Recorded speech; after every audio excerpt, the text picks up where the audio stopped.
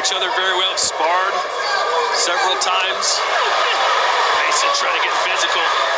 These punches just aren't quite finding their mark. He's loading up too much, is Abdullah Mason right now. Should go concentrate on speed and combinations. Don't load up on any shots and don't try to head on. You're not going to catch nothing upstairs right now. And remember, even though Bell is taller, it's Mason who actually has the longer reach. Sergio, earlier we talked about fighters who needed to not box and just turn this into a fight. It seems like Mason can't turn this into a fight. He's got to box. Yeah, because he's worried about the right hand of Bell. Look, he's controlling the young champion just with one hand, just keeping it cocked. Because every time he comes in, that right hand's going right down the pipe. There it is, right there. That's keeping Mason in check. Body shots, haven't seen a ton of those, and there's the numbers Chris Mannix was referring to. Sergio, do you have it 4-0? That's a nice combination there from Bell. 3-1 at worst, but yes, I have Bell in control. Boxing nicely, has the young champion check right now. Mason trying to dig downstairs to the body. That's never a bad idea.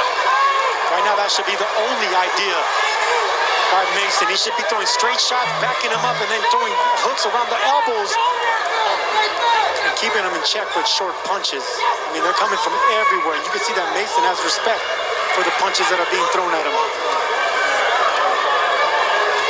Look how Bell just has his breathing controlled, Sergio. It's just a walk in the park where Mason's constantly moving, being jittery, burning up energy. Mason may be the champion, but the old lion is definitely Albert Bell.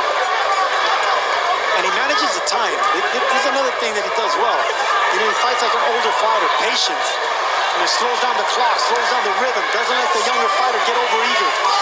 Mason get out of character sometimes and get reckless and impatient, and that's where Bell take advantage of it, and he knows where he's going to be at it when he's going to be there.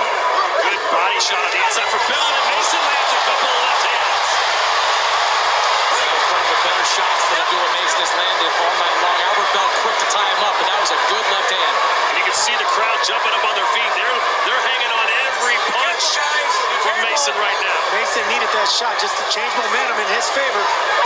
The thing about Bell, he does fight upright. He keeps that chin high. He's made a great career doing that. But sooner or later, you're going to get time. You better start bending them knees and start making yourself a smaller target. We saw against Sam Noakes in his last fight. That was not a knockdown. In his last fight, Mason showed a great gas tank. He can fight all night, and there he just landed a big shot to Bell, who's holding on. Well, this is what Mason needs to do. Just touch anything, punch on anything, make it rough. Uppercut from Bell. The more aggressive Mason is, the more Bell can hurt him. Punch with your free hand if you're Mason. You have the crowd behind you. You got momentum going in your favor. This is where you attack. This is where you're the younger champion. Well, he has the luxury of refueling considering he had a good first half of this fight. Piling up rounds, so maybe getting a second win and trying to close out strong, but right now it's not a good look. Now you can see him cocking that right hand again. Those body shots are starting to add up. Everything is affecting Albert Bell. Mason hurting Albert Bell to the body, and the crowd knows it. The crowd's sensing it. See, Albert Bell's pushing that right hand anymore. There's no snap in that punch. And by pushing it, Mason's not going to respect it coming in like he did earlier. Is that all because of fatigue? That's because of fatigue, and he lost confidence. Bell lost confidence in that pop. Body work is paying off. See, Norm, notice how Bell's not even extending that right hand all the way to the end because he wants to come back and block that body shot. Blood on the white gloves of Abdullah Mason. Mason should keep jabbing. Right now, Bell's just waiting for the body shots. Keep jabbing your way in. That's decent from Bell, something. There's another good one. No matter how tired you are, in the last round, you usually get a burst of energy, and the energy is coming from Mason.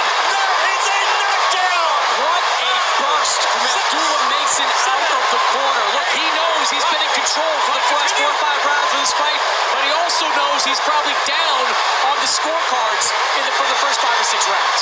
And now the opening there for the knockout is there. He caught him with a left hook around the guard because Bell was trying to block and look for body shots. It will be there again. Bell keeps that chin high. And now you know Bell's just going to try and survive the round. Chris Mannix has the challenger up by a point. Another left on the temple and he goes down.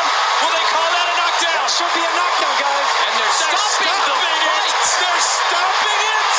Oh my word! You cannot You stop. cannot stop it, but guess what? It doesn't matter. Mason was on his way to a big win in his hometown and still your lightweight champion of the world. And still, the undefeated WBO lightweight champion of the world, Abdullah Mason.